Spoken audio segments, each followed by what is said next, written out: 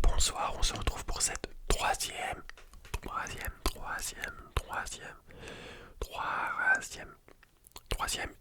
mais malheureusement dernière partie de mon stage à la ferme. Voilà, je vous invite à voir les deux premières parties si vous n'avez pas vu celle-là. La première partie, je reviens un petit peu sur l'histoire de la ferme et aussi sur le début de mon stage. La deuxième, on parle apiculture puisque j'ai pu avoir l'occasion de faire une partie de mon stage, enfin vraiment une demi-journée avec un apiculteur et une apicultrice. Voilà, donc autour du miel. Et puis là, je vous parlais pas juste de la fin de mon stage. Du coup, avec les pans qui sont toujours là, bien sûr. Voilà, qui sont vraiment des bêtes très impressionnantes. Pour la petite anecdote, en fait, c'est vraiment juste deux personnes qui ont, enfin une personne qui a abandonné des pans dans la ferme. Et donc ils se sont juste reproduits. Le record, je crois, c'était 22 ou 23. Là, c'était 17, comme je l'ai dit dans les précédentes vidéos. Et du coup, tous les ans, en fait, la ferme enfant, notamment ils vendent des couples. Voilà, il y a des gens qui ont des bancs dans leur jardin. Voilà, je ne sais pas. Et sinon, je crois qu'il y en a qui vont habiter un peu à côté. Voilà. Donc là, vous les voyez, ils sont trois. Voilà, ça c'est une femelle. Voilà, que vous voyez du coup qui n'a pas les plumes du coup du mâle qui lui sert pas à faire, vous avez cette grande roue pour impressionner les demoiselles. Voilà. Donc voilà, bien sûr, je vais flouter toutes les photos qui n'ont pas de lien avec mon stage. Voilà, hop. Et donc voilà, c'était vraiment très agréable de travailler avec les animaux comme ça. Les pans pour le coup ils sont nourris le matin. Donc voilà. Il y avait aussi des oies qui étaient, présentes à la ferme.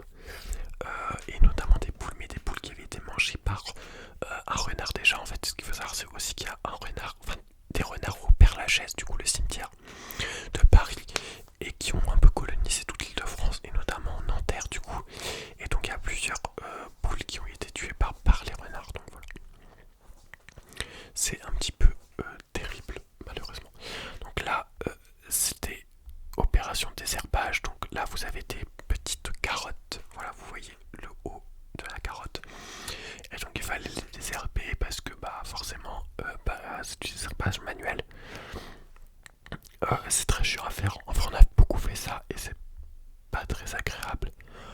Voilà, parce que vous faites toujours la même chose. Mais donc voilà, du désherbage. Là, c'est des tomates qui ont été tutorées. Donc voilà, les tomates, vous devez les tutorer. On a aussi enlevé les gourmands. Donc les gourmands, en gros, vous avez une tige comme ça, et à l'aisselle d'une tige, vous avez une deuxième tige qui part comme ça. Et donc cette deuxième tige, en fait, alors il y a deux écoles. Il y en a qui disent qu'il faut la couper, d'autres qu'il faut pas la couper. Moi, je suis plutôt à dire qu'il faut la couper dans le sens où, si vous la laissez pousser, en fait, la plante va utiliser cette énergie pour faire pousser la tige et non pas les tomates. Donc voilà, nous on fait des tomates. Voilà. Donc là c'était l'arrosoir. Donc parce que pour faire les arrosages, il n'y avait pas d'arrosage en fait automatique. Hein, c'était fait comme ça à la main avec des arrosoirs. C'est assez rare dans les fermes d'avoir un arrosage comme ça, pas manuel en général. C'est irrigué de manière automatique avec des forages. Là c'était pas le cas. Donc là c'était la récolte des bois. Voilà. Là qu'est-ce qu'on avait? Je ne sais pas quelle est cette photo. Ah oui. On a fait du terrassement. En gros à cette partie là il y avait une butte.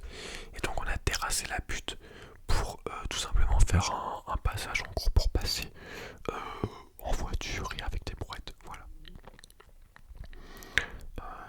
Voilà, ça c'est une tente qu'on a montée.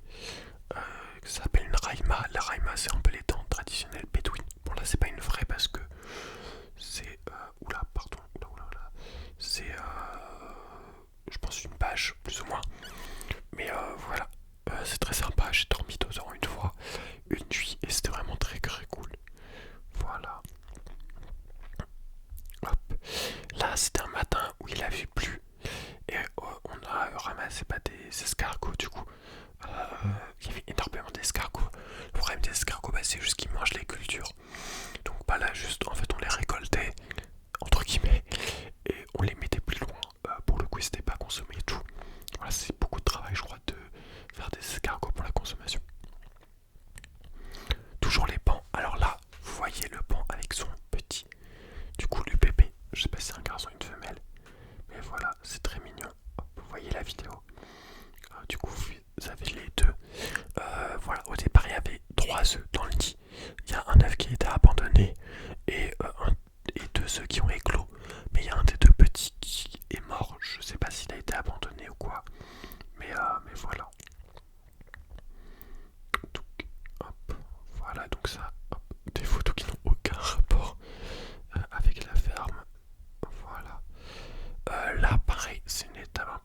terrassement, dans le sens où là, il y a des arbres, des plus gros arbres qui vont être plantés. Donc on a décidé de couper tous les petits arbustes qui étaient là le long pour faire de la place aux grands arbres pour pousser. Donc voilà, donc, pour faire une grande allée en fait d'arbres. Donc voilà, il fallait couper. Voilà, donc c'était quand même pas mal de travail parce que il fallait couper du coup avec un gros sécateur les arbres, les branches, et puis avec une pioche venir déraciner du coup les souches. Voilà. Donc là vous voyez avec le soleil, ça c'est les plateaux de la Grafe. Donc je vous avais parlé des je vous avais parlé du coup des carottes qu'on a désherbées. Ici il y a sur le côté des courges ainsi que des arbres fruitiers. Les arbres fruitiers, vous avez cassis, groseille, groseille à macro. Vous aviez des casseilles, donc les casseilles c'est un croisement entre des cassis et des groseilles. En gros c'est un truc qui ressemble à des cassis mais qui a un goût de groseille. C'est un peu bizarre, voilà. Il y a aussi des arbres fruitiers donc plus grands avec des abricotiers, pêchiers. Voilà, et puis aussi beaucoup de courges. Voilà.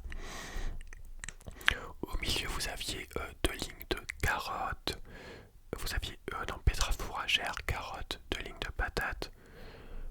Je pense aurait des carottes, de l'oignon, de la patate douce, échalote, je crois. Rue des patates, rue des carottes. Et je crois que c'est tout. Voilà, le reste n'a pas bien poussé.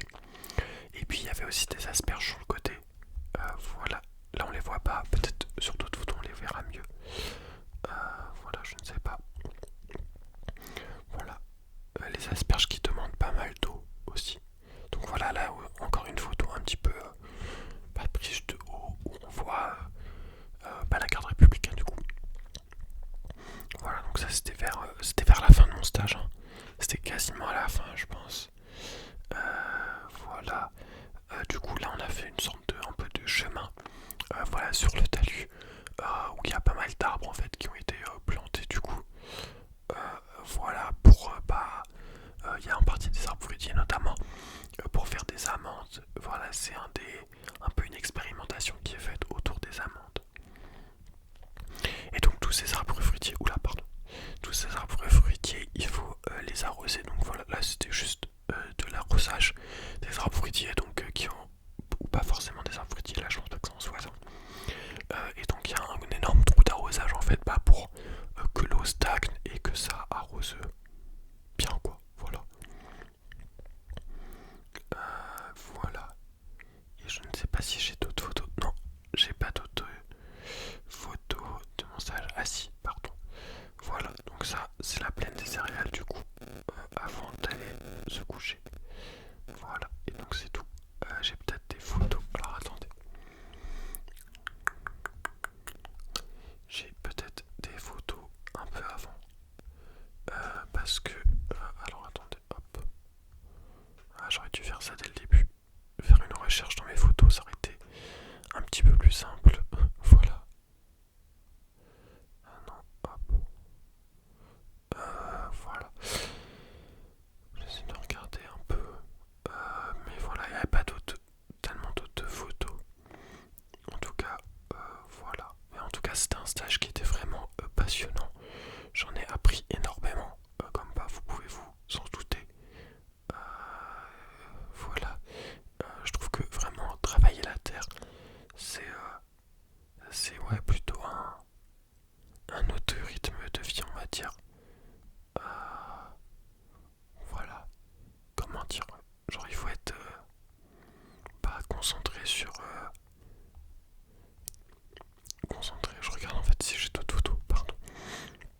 Voilà, malheureusement j'en ai pas d'autres. Il faut être plus concentré sur le temps. Voilà, c'est assez sympathique de voir les cultures évoluer au jour le jour. Ça donne vraiment envie d'avoir un potager pour pas être autosuffisant et se nourrir soi-même. Voilà, peut-être que parmi vous, certains en ont. N'hésitez pas à me le dire. Je serais ravi de savoir si c'est votre cas et tout. En tout cas, moi, ça m'a appris beaucoup. Notamment, j'hésitais beaucoup peut-être à partir un